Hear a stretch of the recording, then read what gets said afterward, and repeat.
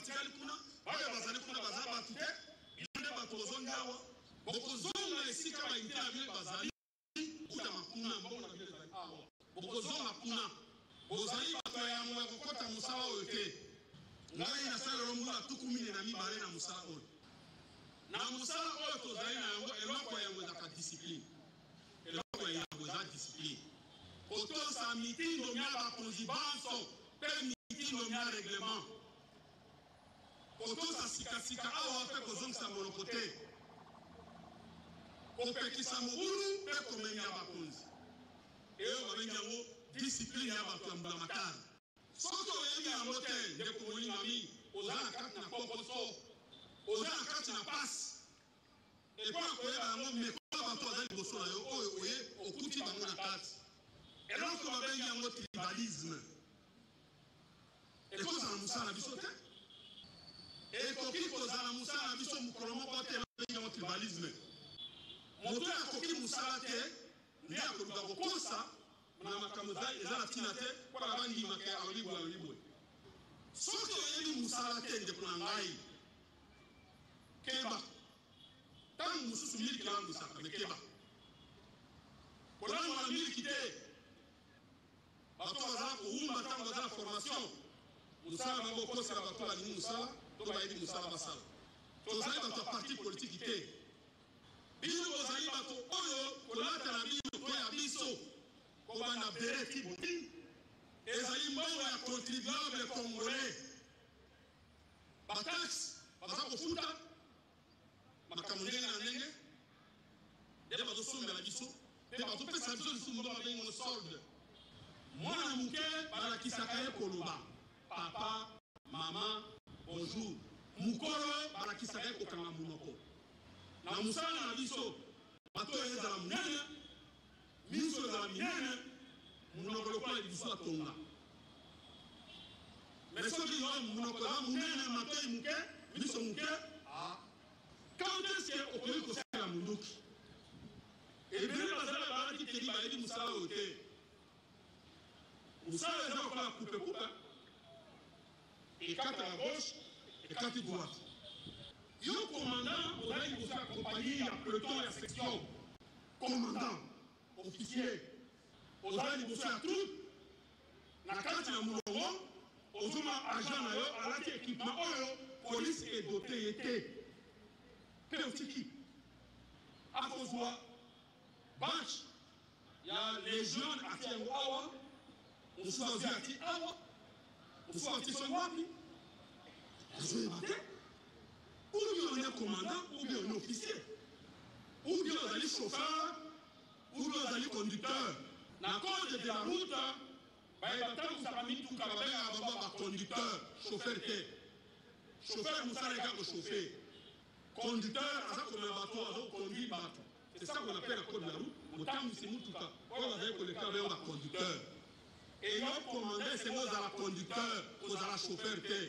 bakobenga parade l'autorité répondant ya police que je suis nabengi parade mais nakomona à peu près 300 personnes un chef de corps abengi parade 300 personnes bamosusu bazala mpe baza détaché est-ce que bino bozali membre ya UPI eza nayebisi donc récurrent na bino wana soki otiki oye na parade oyo bakoboma ye baagent baza déploye epai na barequérant bakomi na considération ya barequérant koleka unité na ye komanga afandi aza kotala soabano 84 justifié baza wapi au 36 baza détaché la bonne méthode ya commandement ezali koyebisa motu tala awa osali mabe balasima kosala wana te awa osali mabe oyo osala boye mais oyo moke olongoli osisa bato nyonso parce que ezali maladie de la peste nalobi boye pamba te touti na baekole ebele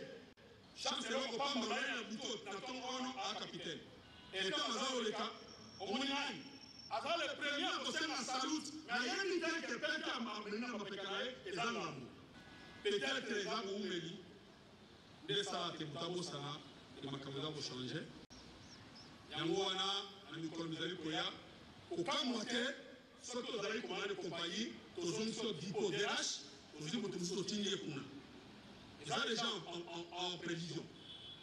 Pour recadrer Moussa les hommes avec les Sengeli.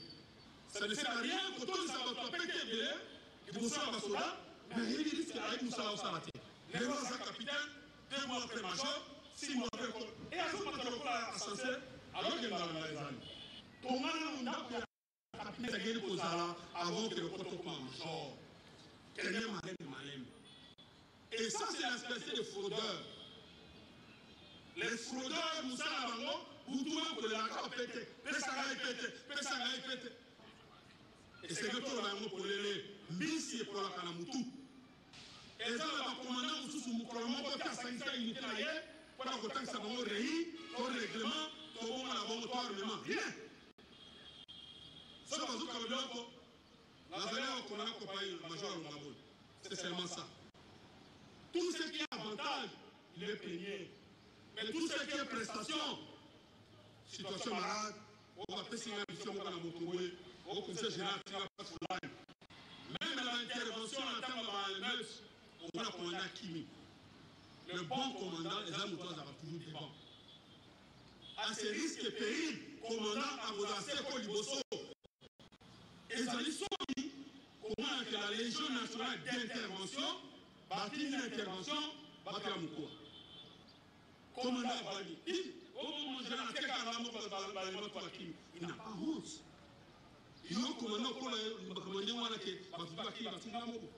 Na bengi bino le lopa na koyebisa bino kolele ya liboso discipline esengeza na kati na moto discipline eza ya kolata ya koloba ya kotambola pe likambo mosusu ya bakabale kabale c'est-à-dire koloba lokuta soldat koloba lokuta mais pas un officier. L'officier ne peut jamais mentir. Officier peut constater ce qui va tout dire du tambo, soit au moni, soit au yoki. Le roi de la yoki boye. Namoni boy. Comme ça, je le dis. Oh, il paraît. Il a un policier pour constater, il faut le voir. La LENI n'a pas vocation de détachement, surtout unité spéciale. Apparemment, ou bien commandant à bureau, ou bien bureau Boyeri, prise en charge de la ministre de l'Unité. Il y a une banina à bureau, commandant Batunayo. Unité prise en charge par la maison militaire, c'est-à-dire par le chef de l'État. C'est une réserve au chef de l'État, avec Moussa Lango, Yémo Kwaye, Pénango, Kwaye. Donc, c'est un système de travail. Moussou Soubini, quand il a eu une autre Zouaki Bango, Anamoyi Bango, tant qu'on a dit que ce Mongo, Bazongi n'a pas souciat, n'a pas poste, n'a pas Kosala. Problème est administration centrale, Moussala, donc on a paye manuel, il y a après pas qu'on bancarise. Pour zone de la paye manuelle. Et voilà ce que tout à l'heure, nous avons fait à la Kawa. Donc, il y a une été. Si tout le monde est fraudeur, vous allez détacher, jamais à 3 mois, au comment on a évité. Et comment il était avant hier? Tiens, non présent, absent. 3-4 fois, on a été absent pour bloquer mon aïe. Par contre, la police et judiciaire, les 2 commandants, y compris B3 et B2. L'ENI a sa vocation judiciaire. L'État a commis un mongaïté. L'État a commis la carte Nabouk. La unité comment on a adjoint police administrative, adjoint police judiciaire, adjoint appui et gestion. Par exemple, ça pour l'année ça va coordonnateur. Mais dans l'ENI, police et judiciaire a zaté. Par commandant, on va éviter votre travail dans un détachement. Commandant l'ENI intérimaire. Pour faire sa meeting, tu vas dans un détachement, bazonga dans la unité. Et vous allez répondre à l'appel chaque lundi, chaque vendredi, avant que tout le monde définitivement. Ce cas de détachement, c'est que les lignes sont aussi. Et la zone qui s'en va profiter. La banina va aller gauche-droite, il y a des expériences, profiter au Yéba. Parce que tu continues à train, tu as il n'y a pas d'escale. Escale à la retraite, ou les lois. Ceux qui ont un assis à Mouninga, il y a gauche, droite, l'anda, gauche, droite. L'anda, pas et le commandant, aux à la hauteur, il y a ma tâche qui est commandant de peloton, commandant de compagnie, au chef de section. Sans qu'il y ait une attribution à l'autre, tout le monde. Quelles sont les attributions à chef de section? Chef de peloton, Moussa Naïni. Faites vous y avant de terminer, vous y allez. Vous y commandant va responsabilité en tant que commandant. Et commandant Léni, il s'habille dans intervention dans le déguerpissement. Sauf qui mandat de déguerpissement est comme par la bio, zone sang, continue à mon avis. Ça, ce sont les compétences du commissariat provincial. Et ça, l'attribution de la bibliothèque. Quand vous avez Moussalake, ce sont les exercices et les entraînements pour la remise à niveau. Bazali, qui vient de nulle part, vous y êtes bango. Et Oyo, à mannequin, Oyo, nous sommes là. Il y a un parachutiste, un commando, il y a une formation, nous sommes là, oui, on a battu. Et bien, Bazali, un mannequin, il a attaqué. Et puis, il y a un commando, il passe là, il y a awa, pêche, il y a awa, il y a un macaque, il y a un balabala. Ce qui m'a fait, c'est 100 mètres. À quel directeur Massas? À éviter que son Massas est bêti, au vent de l'eau, il y a un outil. Il y a un banc, à qui a coûté la Massas. Pour la ligne, vous voyez là, vous savez qu'il était. À Zoé, la route, la vie a été à la vérité, il est inactif. Vitesse. Équipement, il va doter l'hôtel, pour la taille en hôtel. Et ça, dans le cas de B3 et les alliés à l'inspection générale, après ça, ils sont un signe de grade. Na biamba auto se bateni en noir nani adotayo keni abiso ba ici les banques dans la carte de recueil ya ba ni ba document euro kamadiso ba Kaboul. Pourquoi? C'est vous êtes criminel. Et commandant avant ya za otala mutula ya lati Kaboul ye mo ba lati Kaboul te asi ya moi makasa da to kana Kaboul ati kamis on se mali. C'est vous êtes criminel. Point chaud ya terre jaune pas point chaud ce qui a eu qui les sous au bout de Salemina, point Oyo, il était à Léni, Azali, n'a pas commandant, n'a pas soldat à la tête, n'a pas commandant, n'a pas Awa. Tous arrivent à tout ça, drapeau. Nous sommes une réserve de la nation. Et la population, nous avons une mission, tout comme la population, ce qui n'a qu'un chauffeur. En autant, nous sommes tout à l'État, la tenue correcte était, place Azali, dans le côté de la Kangui. Et la Kangui, directement en Dolo, même si je n'ai pas fini la chambre pour en Dolo. C'est qu'il y a quelque chose de va pas. Quel que soit le chauffeur, on a comment on a eu un tricot, on a tenu correcte, on a cocaïne. Partout dans vos arrêts. Moi, je suis un peu de Koloba, je suis un peu de Kalamuloko, je suis un peu de Kutara. Kolangwa. Masanga Pekisambité, attends la Bible, Pekisambité. Mais l'ivresse pour Kolangwa. Et le règlement Balobi, Baïmalangui, au 4 au Limana Yakan. Les Andrés n'ont pas de discipline. Un policier a tombé la bande. Un policier. Oui. Alors, un policier n'a pas préféré un agent de l'ordre. Agent de l'ordre. Même les officiers des chambres. Bazali. Ils allaient se noter. Ils allaient se noter qu'il y a un officier à la bande. À 8 heures, officier, nous sommes à 8 heures. Dis-moi, pourquoi les autres définissent? Si vous avez ça, nous sommes à Moukoni. Parce qu'il y a l'ingala, tous les banques et petits amis, si tout mon cambiabato, conducteur, ou comme la bandité.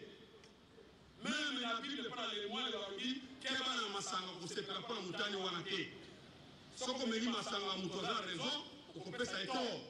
Vous avez tort, vous pouvez ça être raison. Pour la bandité, ma sang, pour mieux faire. Nous pour aller au Solnabino, essayez de se mettre en conscience que vous avez la responsabilité, ma quand c'est que vous n'êtes ya kubate la bato na mbiloko bia bango kopekisa mubulu kotia kimi na kata mboka et population azo télécode na biso peuple aota biso l'état azo futa biso para misala mina parti de opération na Pomut entre tout bakimi commandant qui soit 4 personnes et qui les ont batango bazana 4 mulongo awa ba mususu bazawa commandant yedi na vandi rôle ya commandant ou bien et il va prendre zéro. Mais il va prendre zéro. Il va bomber au grade. Après, il va accompagner un peloton. C'est ça. alors écoute cadeau empoisonné. Ce qui est allé dire, moi, tu bêta qui va pour zéro. Au matin, le coin dans l'ascenseur. Et les alliés cadeaux empoisonnés. Et cause noyau. Mais pas les noyaux, t'es mon gars, pour la moyenne goyo. Cause la tête de 3-4 ans, pour la non, il y a un goyo. Si tout le monde a un officier, maintenant sur les plans, il y a un goyo. Au qui pour le coutam, pour le côté, un officier ne peut jamais dire de mensonge. Non. Officier azali noble aza ba qualité. Officier comme ça harcèlement sexuel na policière na kati na mulongo na yote.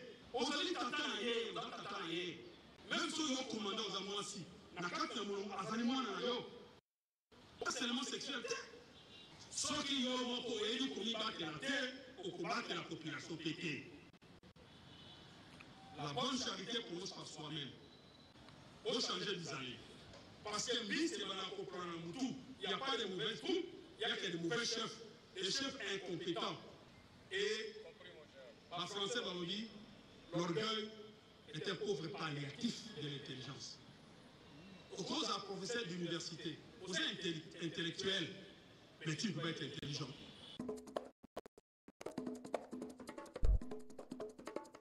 L'Association des épouses de policiers pour le développement, AEPD en sigle, a organisé une cérémonie de remise de prix aux enfants de policiers à l'issue de leur formation professionnelle en esthétique, art culinaire, coupe et couture et alphabétisation. C'est jeudi 12 septembre 2024 à l'esplanade du centre sportif des judo de la police nationale congolaise. ont rehaussé de leur présence la représentante du vice-premier ministre, ministre de l'Intérieur, Sécurité, Décentralisation et Affaires coutumières, monsieur le vice-ministre des Affaires coutumières, la représentante de la ministre des Genres, Femmes et Enfants, de la police nationale congolaise, l'inspecteur général des FARDC, la représentante de l'inspecteur général de la police nationale congolaise, la chef de la coopération près de la du Japon, les représentants des différentes fondations ainsi que la Raobank, le membre du directoire du foyer social Konlufungula, les dames membres de l'association des épouses des policiers pour le développement avec à leur tête Mama Générale Thérèse Kapata Alonga, les heureuses récipiendaires ainsi que plusieurs invités des marques. Tout a débuté par l'exécution de l'hymne national. Ensuite, Maman Générale Kiabou de la FARDC a été conviée par le protocole pour la prière. Question recommande la cérémonie entre le maître du Seigneur. Suivra le mot de bienvenue de la présidente de l'association des épouses de policiers pour le développement, Madame Thérèse Kapata Alongaboni, qui a rendu un hommage déférent à son Excellence le président de la République, chef de l'État Félix-Antoine Tshisekedi, champion de la maternité pour avoir fait de la promotion de la femme son cheval de bataille. Nous avons l'insigne d'honneur de vous accueillir au nom de l'Association des épouses des policiers pour le développement, AEPD en sigle, et de saluer votre auguste présence ici à l'esplanade de ces prestigieux centres sportifs de judo de la police nationale.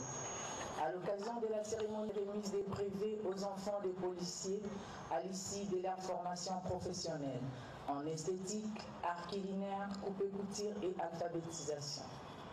Avant toute chose, permettez-moi de rendre grâce à notre Seigneur Dieu Tout-Puissant pour le souffle de vie qu'il renouvelle en nous chaque jour et pour avoir rendu ces moments tant entendus. Aussi, nous rendons également un hommage déférent à son Excellence, Monsieur le Président de la République, chef de l'État Félix-Antoine Tshisekedi Tshilombo, champion de la masculinité positive pour avoir fait de la promotion de la femme son cheval de bataille.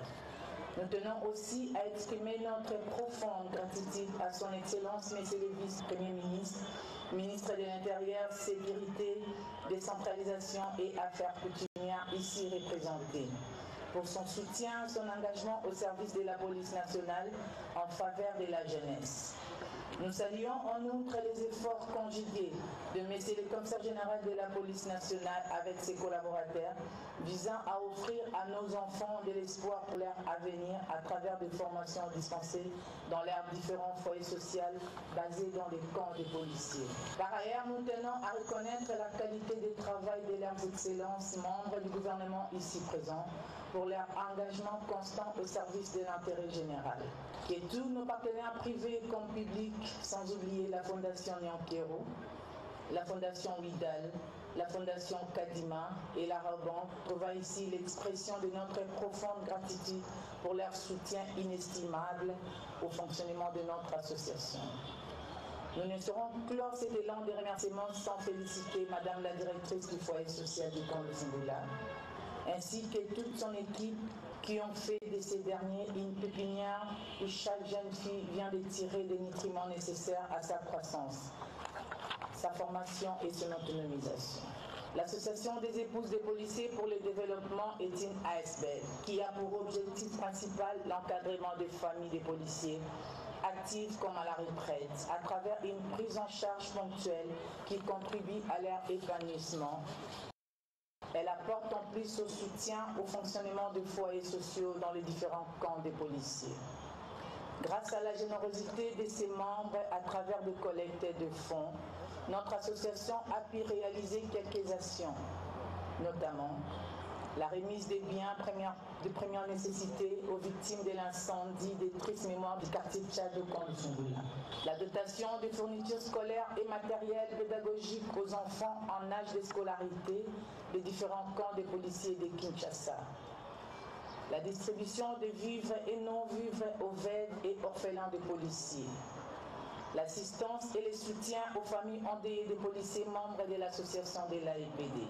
Le bourse d'études accordé à des de nos apprenants présentement en Tunisie grâce au partenariat conclu avec le ministère de la formation professionnelle. La construction en cours d'un bâtiment à 2 niveaux pour abriter le bureau de l'association. La construction de forages au camp Lufungula et camp Kabila par notre partenaire la Fondation Widal. L'installation officielle du directeur de l'AEPD à Gemena, chef-lieu de province Sidou Bangui. Comme perspective d'avenir, l'AEPD projette étendre son implantation dans le reste des provinces de notre pays et sa transformation en véritable réseau d'amitié et des liens durables entre les épouses des policiers, tous grades confondus, afin d'assurer l'épanouissement de ses membres. Notre association reste ouverte à toute forme de partenariat et souhaite développer des synergies pour innover et répondre aux besoins de ses membres. Nous tendons la main à tout don en nature ou en espèces pour que notre association soit solidement ancrée. Que vive la République démocratique du Congo. Que vive la police nationale congolaise. Que vive l'association des épouses des policiers. Je vous remercie. Juste après, Mama Colonel Mbo a pris la parole pour la présentation de la session de formation. Le moment tant entendu, celui de la proclamation de résultats, a vu le lauréat recevoir demain de différentes autorités les brevets.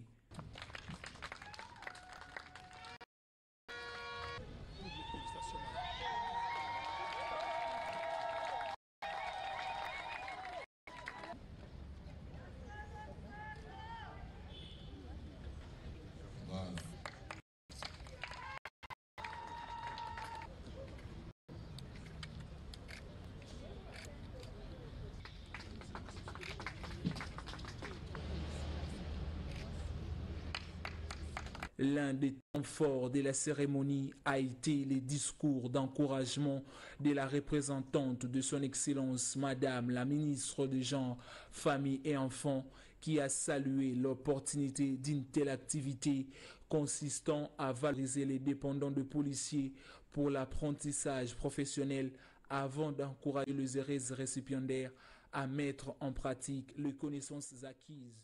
Des cadeaux ont été remis aux lauréats par la présidente de l'Association des épouses des policiers pour le développement afin de saluer leur courage et leur abnégation tout au long de ces 6 mois de formation. Des photos des familles ont immortalisé la dite cérémonie